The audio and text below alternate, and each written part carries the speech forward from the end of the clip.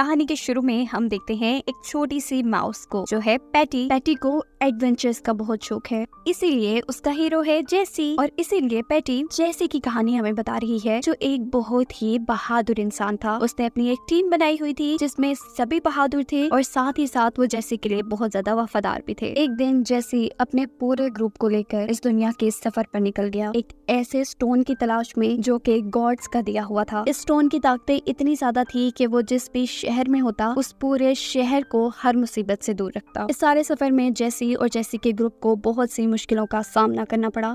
रास्ते में उसका सामना बहुत बड़े बड़े तूफान से, खूंखार मॉन्स्टर्स से भी हुआ, लेकिन उसने हार नहीं मानी। वो कोशिशों में लगा रहा और आखिर उसे वो स्टोन मिल भी गया। उसे अपने शहर में ले आया। शहर में लाते ही हर जगह अमन हो गया। इस स्टोन का असर यहाँ के लोगों पे भी हुआ। यहाँ के लोग, जानवर, इंसान सब लोग आपस में मिलजुल कर रहने लगे और ऐसे इस शहर का हीरो माना जाने लगा। अब हमारी जो मेन कैरेक्टर है पैटी, वो जेसी से बहुत ज्यादा इम्प्रेस थी और वो भी जेसी की तरह किसी एडवेंचर पे जाना चाहती थी और अपने शहर के लिए कुछ बड़ा करना चाहती थी। पैटी की फैमिली में है एक कैट सैम, जो उसका एक बाप की तरह ख्याल रखता है और पैटी भी उसका बहुत ख्याल रखती है। पैटी के साथ साथ इस शहर में और भी बहुत से चूहे रहते थे और ये सब लोग अपने गुजारे के लिए बाजार से हमेशा चोरी करते थे। सिर्फ यही नहीं, ये चूहे पढ़ने के लिए स्कूल भी जाते थे। जैसे अब पैटी अपने दोस्त के साथ गई है। यहाँ पर टीचर आज सारे बच्चों को जेसी की बहादुर कहानी सुना रही थी। जैसे ही टीचर ये बात करने लगती है तो पैटी उनकी बात काट के सब बच्चों को जेसी की कहानी सुनाने लगती है, क्योंकि उसने तो जेसी पे जैसे पूरी रिसर्च कर रखी थी। टीचर से भी ज्यादा उसे जेसी के बारे में पता था। अपनी बात को खत्म करके जेसी यहाँ पे सभी लोगों को बताती है कि वो भी एक दिन जेसी की तरह वर्ल्ड एडवेंचर पे जाएगी। और ये सुनते ही जहाँ पहले सारे उसकी तारीफ करने लगे थे, अब उसका मजाक उड़ाने लग जाते हैं कि एक छोटी सी माउस कैसे जा सकती है वर्ल्ड एडवेंचर पे। सबका ऐसा रवैया देखकर पैटी को बहुत ज्यादा गुस्सा आ जाता है और वो यहीं पर करीब समुद्र के किनारे जेसी की ही बोट को खड़ा हुआ देखती है और फैसला करती है कि वो आज ही वर्ल्ड एडवेंचर के लिए निकलेगी। वो शिप से इस शहर से जाने ही लगी थी कि तभी सैम उसे ढूंढता हुआ यहाँ आ गया था। अब जब वो बोट में बैठने लगती है तो गलती से पानी में गिर जाती है और तैरना ना आने की वजह से वो अब डूबने ही वाली थी कि सैम फौरन से पानी में छलांग लगाकर पैटी को बचा लेता है। घर लाके वो पैटी को बहुत समझाता है कि तुम जो सोच रही हो वो ठीक नहीं है, ये बहुत खतरनाक है, लेकिन पैटी उसकी एक नहीं सुनती। और तभी यहाँ पर पैटी का दोस्त आ जाता है, जो उसे बताता है कि हम लोगों को तो एक सेरेमनी में जाना था जहाँ पर जेसी, जो कि पैटी का हीरो है, वो आज एक स्पीच देगा। इन्हीं बातों के दौरान हमें पता चलता है कि पैटी हर हफ्ते लॉटरी के टिकट भी खरीदती है, क्योंकि जीतने वाले को वर्ल्ड टूर के लिए भेजा जाता है।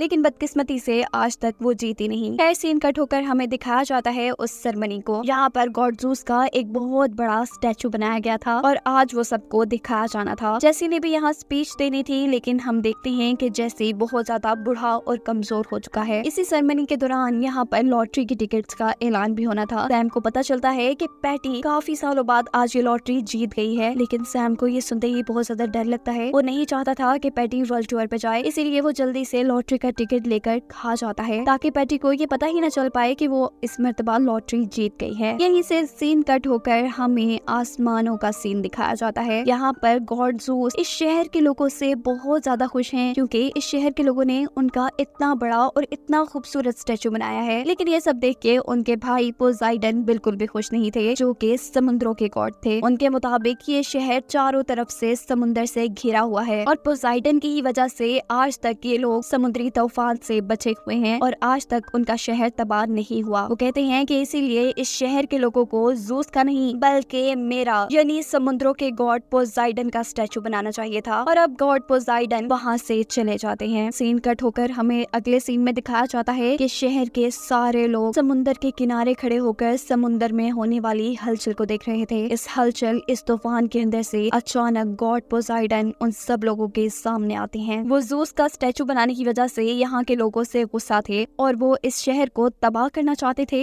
लेकिन गॉड ज़ूस के उस जादुई स्टोन की वजह से जो जेसी ने इस शहर में लाके रखा था, वो ऐसा कुछ नहीं कर पाते। पोसाइडन गुस्से में आके उस स्टोन को ही इस शहर से उठा देता है। अब ऐसे इस शहर में कोई भी तबाही आ सकती थी। वो गुस्से में यहाँ के सारे पानी को तूफान में बदल देते हैं और इन लोगों को सिर्फ 7 दिन का वक्त देते हैं और कहते हैं कि तुम्हारे ऊपर अगर पानी ने दया न की होती तो तुम्हारा शहर आज तक बचा ना होता। इसके लिए तुम्हें मेरा स्टैचू बनाना चाहिए था और अब अगर तुम लोगों ने मेरा स्टैचू ना बनाया, वो भी 7 दिन के अंदर अंदर, तो देखना तुम्हारी कितनी बर्बादी हो जाएगी। और इस स्टैचू के अंदर उनकी चमकदार ट्राइडेंट भी होनी चाहिए और अगर ऐसा ना हुआ तो ये सारा शहर तबाह हो जाएगा। सभी लोग बहुत परेशान थे। सभी लोगों के जहन में एक ही सवाल था कि इतना बड़ा स्टैचू तो वो बना लेंगे, लेकिन उनके ट्राइडेंट को चमकदार बनाने के लिए वो हीरे जवाहरात कहाँ से लेकर आएंगे। इस जगह पर पैटी का दिमाग चलता है और वो जल्दी से अपने घर से एक मैप लेके आती है अपने साथियों के पास। वो अपने साथियों को बताती है कि ये मैप एक ऐसे आइलैंड का है जो आइलैंड हीरे और जवाहरात से भरा हुआ है और यहीं पर उन्हें पोसाइडन के ट्राइडेंट के लिए हीरे जवाहरात मिल सकते हैं। पैटी का प्लान था कि ये सब लोग वहाँ तक जाएंगे, लेकिन सैम को उसका ये प्लान पसंद नहीं आता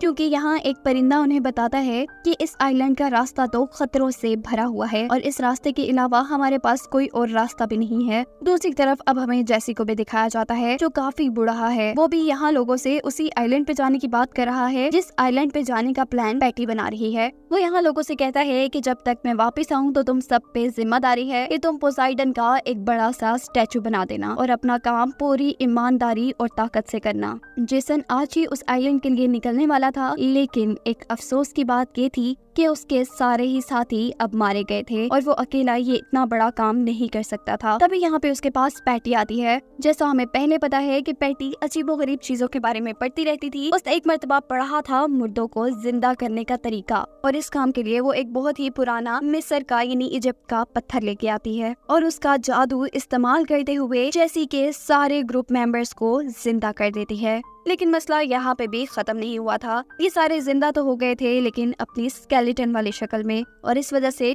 ना तो ये ताकतवर थे और ना ही इनका अब दिमाग था, यानी ये लोग सोच समझ भी नहीं सकते थे। इस सब के बावजूद भी जेसन हार नहीं मानता और अपने ही ग्रुप पर भरोसा करके उन्हें अपने साथ उस आइलैंड के लिए लेकर निकल जाता है। पैटी भी जेसी का साथ देने के लिए सफर में आ जाती है और उसकी हिफाजत के लिए सैम को भी अब इस सफर का हिस्सा बनना पड़ता है। ये लोग अब सफर के लिए तो निकल गए थे, लेकिन दूसरी तरफ हमें दिखाया जा रहा था कि ज़ूस नहीं चाहते कि इस शहर के लोग पोसाइडन का स्टैचू बनाएं और साथ ही उसका एक चमकदार ट्राइडेंट भी बनाएं। इसीलिए वो पैटी और जेसी के रास्ते में बहुत सी मुश्किलात ला रहे हैं, पर अपनी वाइफ के आते ही वो ऐसा करना बंद कर देते हैं। अब ज़ूस की लाई मुश्किल उनके लिए ये थी कि समुद्र से एक बेबी मॉन्स्टर ने उनकी शिप को पकड़ लिया था। जेसी के जितने भी ग्रुप मेंबर्स थे वो अब इनसे लड़ने के काबिल नहीं थे। उन्होंने जितने भी वार किए थे उन वार ने मॉन्स्टर को सिर्फ गुस्सा ही दिलाया था। तब पैटी अपने डैड जैसे कैट सैम को अपने साथ मिलाती है और फिर जैसे तैसे करके उस बेबी मॉन्स्टर का गुस्सा कम करती है, जिससे वो बेबी मॉन्स्टर उनकी शिप को छोड़ देता है। अब उसके जाने के बाद हुआ ये था कि बेबी मॉन्स्टर के अंदर का लिक्विड उनकी शिप पे फैला हुआ था, जिसे देखकर सैम को उल्टी आ जाती है और उसके पेट में से वो लॉटरी टिकट बाहर निकल जाता है जिसे उसने पैटी से छुपाया था। ये टिकट देखकर पैटी समझ गई थी कि सैम ने उसके साथ झूठ बोला है और इसीलिए वो उससे नाराज हो जाती है। यहाँ हमें पता चलता है कि उनका शिप भी काफी खराब हो चुका था। वो लोग प्लान करते हैं कि पास ही के किसी शहर से वो एक नया शिप लेंगे। इस सारे टाइम में भी पैटी सैम से बहुत ज्यादा नाराज है। वो गुस्से में सैम को बुरा भला कह देती है और उससे ये भी कहती है कि मैं अब तुम्हारे साथ नहीं रहना चाहती, चले जाओ यहाँ से, इस शिप से निकल जाओ, तुम्हें हमारे साथ सफर करने की बिल्कुल जरूरत नहीं। खैर अब कहानी आगे बढ़ती है और हम देखते हैं कि ये लोग सफर में आगे बढ़ चुके हैं। रात हो गई है, लेकिन ये लोग उस आइलैंड के करीब पहुंच चुके हैं और यहाँ पर एक बहुत बड़ा सा रोबोट इन लोगों के ऊपर हमला कर रहा है। अब शिप का कैप्टन जो कि जेसी है वो तो बूढ़ा होने की वजह से सो रहा था। तब यहाँ पर पैटी अपना दिमाग दिखाती है, अपनी हिम्मत दिखाती है और वहाँ के बने हुए एक केव में एक गार के अंदर अपनी शिप को ले जाती है उस रोबोट से अपनी बोट और अपने लोगों को बचाने के लिए। यहाँ पर जेसी और उनका ग्रुप भी जाग जाता है और ये लोग गार की दूसरी ओपनिंग से उस आइलैंड के ऊपर उतर जाते हैं जहाँ से इन्हें बहुत सारे जेवरात मिलने थे। सीन कट होता है और दूसरी तरफ हमें दिखाया जाता है सैम को, जो कि अब किसी और आइलैंड पे है, जहाँ पे उसे बहुत से चूहे मिले हैं जो उसे बताते हैं कि जहाँ पर पैटी गई है वो आइलैंड खतरों से खाली नहीं है। ये सुनकर सैम को भी पैटी की जान के लिए डर लगता है और वो भी अब पैटी का पीछा करती है उसे बचाने के लिए। जबकि दूसरी तरफ हमें दिखाया जाता है कि यहाँ पर जेसी के सारे ग्रुप और पैटी का सामना हुआ है साइक्लोप्स से। ये ऐसे मॉन्स्टर होते हैं जिनकी सिर्फ एक आंख होती है। ये सभी साइक्लोप्स सारे लोगों को पकड़ लेते हैं और उनका सूप बनाने के लिए उन्हें यहाँ से ले जाते हैं। पैटी जो ये सब कुछ देख चुकी थी, अब उसका काम था जेसन और उसके सारे ग्रुप को बचाना। जबकि दूसरी तरफ हम देखते हैं कि सैम एक डॉल्फिन की मदद से किसी तरह पैटी की बोट तक पहुंच चुकी थी और अब वो पैटी को ढूंढ ही रही होती है कि उस दौरान 2 कैट्स उसे पकड़ लेते हैं, उसे कैद कर देते हैं क्योंकि इन रैट्स को लग रहा था कि सैम उन्हें खाने के लिए आई है। सैम ये रस्सियां 1 मिनट में ही छुड़ा लेती है और उन रैट्स को कहती है कि नहीं, मुझसे नहीं डरो, मैं तुम्हें कोई नुकसान नहीं पहुंचाऊंगी। मैं तो असल में यहाँ पे पैटी को ढूंढने आई हूँ जो कि तुम्हारी तरह एक छोटी सी माउस है। इन चूहों को उसकी बात पे यकीन आ जाता है, लेकिन ये चूहे ये नहीं जानते थे कि पैटी कहाँ हो सकती है। इसीलिए चूहे सैम को अपने साथियों के पास ले जाते हैं, जहाँ सैम को पता चलता है कि शायद पैटी और उसके सारे साथी साइक्लोप्स के हाथ लग गए होंगे। ये सुनते ही सैम बहुत ज्यादा डर जाता है और पैटी को बचाने के लिए उस जगह जाता है जहाँ साइक्लोप्स रहते हैं। अब यहाँ साइक्लोप्स के इलाके के अंदर साइक्लोप्स ने जेसी और उसके सभी साथियों को एक पिंजरे में कैद किया हुआ था और खुद वो लोग सूप की तैयारी कर रहे थे। पैटी और उसकी एक साथी बर्ड इन दोनों को बचाते हुए छुपते छुपते यहाँ आते हैं, जहाँ उन्हें बहुत सारा खजाना भी दिख जाता है। लेकिन यहाँ पे उन्हें नीलम नहीं दिखता, जिस पत्थर की उन्हें असल जरूरत थी। और इस जगह उन्हें पता चलता है कि असल में यहाँ पे कोई नीलम पत्थर है ही नहीं, बल्कि ये तो साइक्लोप्स की एक चाल है। उन्होंने पूरी दुनिया में मशहूर किया हुआ है कि यहाँ पर कीमती नीलम होते हैं, जिसके लालच में इंसान यहाँ आते हैं और ये फिर इंसानों को पकड़ कर खा जाते हैं। ये सुनकर पैटी को अपने फैसले पे बहुत ज्यादा अफसोस हो रहा था कि क्यों वो सबको यहाँ ले आई। अब तो जैसे उनकी मुश्किलें बढ़ती ही जा रही थी, जहाँ पर अब 2 मुंह वाला स्नेक उनके ऊपर हमला करने के लिए आ गया था। अब पैटी और उसका बर्ड साथी हार नहीं मानते और बहुत ही बहादुरी से इस स्नेक से लड़ना शुरू कर देते हैं। लेकिन उन्हें यहाँ पता चलता है कि उनकी शायद ये लड़ाई किसी काम की नहीं रहेगी, शायद वो अब मर जाएंगे, क्योंकि ये स्नेक अजीब सी क्रिएचर है। इसके जितने सर काटे जाएंगे उससे दुगने पैदा हो जाएंगे। इससे पहले कि उनकी जान चली जाती, यहाँ पर एंट्री करता है सैम, जो कि किसी तरह उन ड्रैगन्स के मुंह के ऊपर चढ़ के पैटी और उसके बर्ड दोस्त को इन स्नेक्स के हमले से बचा लेता है। यहाँ ये सारा शोर शराबा सुन के साइक्लोप्स भी आ जाते हैं, जिन्हें यहाँ पे सैम दिख जाता है। वो सैम को भी पकड़ लेते हैं, लेकिन तभी उनका यहाँ पे अलार्म बज जाता है। ये अलार्म था सनराइज का, कि कुछ ही देर में अब सूरज उगने वाला है। ये लोग शायद सूरज से डरते थे, इसलिए जल्दी से अपने घरों में छुप जाते हैं। सुबह हो जाती है, साइक्लोप्स तो सारे छुपे हुए थे, लेकिन अब सैम, जेसी और जेसी की पूरी टीम इन साइक्लोप्स के कब्जे में थी। यहाँ पैटी का बर्ड फ्रेंड कहता है कि तुमने बहुत गलत किया, तुम्हारी वजह से सारे मुसीबत में फंस गए। उसे भी इस चीज का बहुत ज्यादा अफसोस था, साथ ही वो ये बात भी जान चुकी थी कि सैम ने कभी भी उसका बुरा नहीं चाहा। सैम तो बस उसे इन खतरों से दूर रखना चाहता था। अपनी शर्मिंदगी को खत्म करने के लिए वो फैसला करती है कि वो अपनी जान पे खेल के सैम की जान बचाएगी और वो अब किसी तरह छुपते छुपाते साइक्लोप्स के घरों के अंदर छुप जाती और वहाँ जाकर वो जल्दी से सैम के पिंजरे में जाके सैम का पिंजरा खोल देती है और ऐसे सैम आजाद हो जाता है, जहाँ पर सैम और पैटी एक दूसरे को माफ कर देते हैं। यहाँ से सीन कट होकर हमें दिखाया जाता है वो शहर, जहाँ पे लोगों को पोसाइडन का बहुत बड़ा सा स्टैचू बनाना था। सभी लोग दिन रात की मेहनत कर करके थक चुके थे, अब उनमें और मेहनत करने की हिम्मत नहीं थी। और तभी यहाँ पर पैटी के बाकी सारे साथी जो कि चूहे हैं वो हिम्मत दिखाते हैं। वो बहुत ही मुश्किलों से पानी भर भर के मजदूरों के पास लेके आते हैं और उन्हें पानी पिलाते हैं। पानी पीते ही इन मजदूरों के अंदर जैसे एक नई जान आ गई थी। इससे अब सभी लोग दोबारा काम पे लग गए थे। अब जहाँ पूरा शहर मिलके इतना काम कर रहा था, चूहे, जानवर, इंसान, वही उनका लीडर जेसी कैसे खामोश रहता,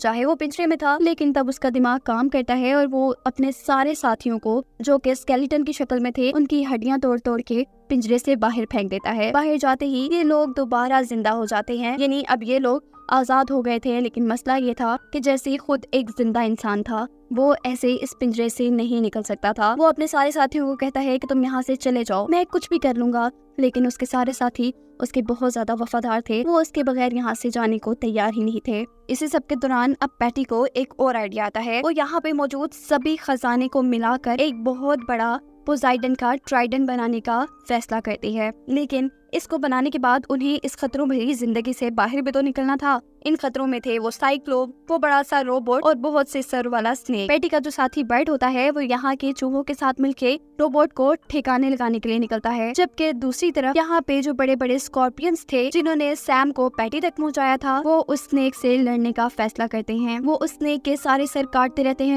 हैं और स्नेक के दुगने सर निकलते रहते हैं। ऐसे एक वक्त आता है कि स्नेक के इतने सारे सर निकल जाते हैं कि वो लोग हिल भी नहीं पा रहे थे। यानी इन स्कॉर्पियंस ने अपना दिमाग इस्तेमाल करते हुए स्नेक की ताकत को ही उनकी कमजोरी बनाकर हरा दिया था। अब ये दिन का वक्त था, साइक्लोप सारे सो रहे थे। इस चीज का फायदा उठाते हुए पैटी अपने सारे साथियों की मदद से उस सारे सोने को पिघलाती है और फिर पोसाइडन का एक चमकदार और बड़ा सा ट्राइडेंट तैयार कर लेती है। इस सारे काम को करते करते अब रात भी हो गई थी। साइक्लोप अपनी नींद से उठ चुके थे। उठते ही वो जब बाहर आते हैं तो उन्हें पैटी और पैटी के सारे साथियों के कारनामों का पता चल जाता है और वो जब इस सारी चीजों को बंद करने के लिए बाहर निकलते हैं तो यहाँ पर जेसी के जो सारे साथी थे वो मौके का फायदा उठा लेते हैं। साइक्लोप्स को घर पे ना पाकर वो पिंजरे समेत ही अपने लीडर को लेकर वहाँ से बाहर निकल आए थे। अब वो जो बर्ड और चूहे रोबोट को ठिकाने लगाने के लिए निकले थे वो रोबोट के अंदर जाके रोबोट का सारा फंक्शन खराब कर देते हैं और साइक्लोप के इस रोबोट को साइक्लोप के ही खिलाफ कर देते हैं। यहाँ पैटी की पूरी टीम उस ट्राइडेंट के साथ यहाँ से निकलने की कोशिशों में ही थे, लेकिन उनके पीछे अब साइक्लोप पड़ चुके थे। पैटी की टीम में मौजूद स्कॉर्पियंस और कैट इन साइक्लोप से लड़ने की कोशिश तो कर रहे थे, लेकिन वो कामयाब नहीं हो पा रहे थे। इतने में ही यहाँ पर पैटी का बर्ड दोस्त उस रोबोट को लेकर आ जाता है जिसे अब उसने अपने कंट्रोल में किया हुआ था। इस रोबोट को अपने लिए इस्तेमाल करते हुए वो लोग साइक्लोप्स को हराने में कामयाब हो गए थे और इस रोबोट से लड़ते हुए साइक्लोप के लीडर के अलावा सभी लोग यहाँ से भाग चुके थे। ये लोग अब यहाँ से निकलने की तैयारियों में ही थे कि साइक्लोप के लीडर को बहुत ज्यादा गुस्सा आ जाता है। वो इन लोगों से क्योंकि वो ट्राइडेंट नहीं ले पाया था इसीलिए वो बहुत गुस्सा था और इसी गुस्से में जब वो दोबारा पैटी और पैटी के लोगों पे हमला करने लगता है तो तभी हम देखते हैं कि दिन चढ़ना शुरू हो गया है। पैटी इसी चीज का फायदा उठाती है और अपने दिमाग का इस्तेमाल करते हुए सूरज की रोशनी को उसके ऊपर डाल देती है। ऐसे ये साइक्लोप एक दरख्त में बदल जाता है। हम देखते हैं कि इतने में जेसी के सारे साथी पिंजरे समेत जेसी को इस बोट पर ले आए थे। यहाँ बोट के पास आते ही वो पैटी की कोशिशों से बहुत खुश हुए थे। पोसाइडन का चमकदार ट्राइडेंट देख के उन्हें बहुत खुशी हुई थी। अब वो लोग सारे खतरों को भी पार कर चुके थे, इसीलिए वो अब अपने शहर वापसी के लिए निकल आते हैं और इसी शहर के पास हम समुद्र में देख रहे हैं कि पोसाइडन भी बाहर आ चुके हैं पानी से। वो बस वक्त के खत्म होने का इंतजार कर रहे हैं। अगर वक्त खत्म होने तक इन लोगों ने काम पूरा ना किया तो वो इनके शहर को तबाह कर देंगे। अब जैसा हमें पहले पता है कि जेसी और पैटी के रास्ते में बहुत सी मुश्किलें तो जूस भी लेकर आए थे, इसीलिए गॉड जूस की वाइफ उनसे कहती हैं कि आपको इसका हर्जाना भरना चाहिए और इसी हर्जाने के तौर पे जूस वक्त से पहले ही उनकी कश्ती को उनके शहर पहुंचा देते हैं। उनके शहर में पहुंचने तक पोसाइडन की स्टैचू भी पूरी तरह तैयार हो चुकी थी। ये लोग जब शहर में पहुंचते हैं तो पोसाइडन अपना वो चमकदार ट्राइडेंट देख के बहुत खुश होते हैं और खुद अपने हाथ से उस ट्राइडेंट को अपने स्टैचू के ऊपर लगाते हैं। पोसाइडन इन शहरियों के काम से बहुत ज्यादा खुश हुए थे, इसीलिए वो उनके शहर को पहले जैसा अमन वाला करके वहाँ से चले जाते हैं। यहाँ पैटी का एडवेंचर वाला सपना भी पूरा हो चुका था। सभी लोग बहुत खुश थे और इसी के साथ ही कहानी यहाँ खत्म हो जाती है।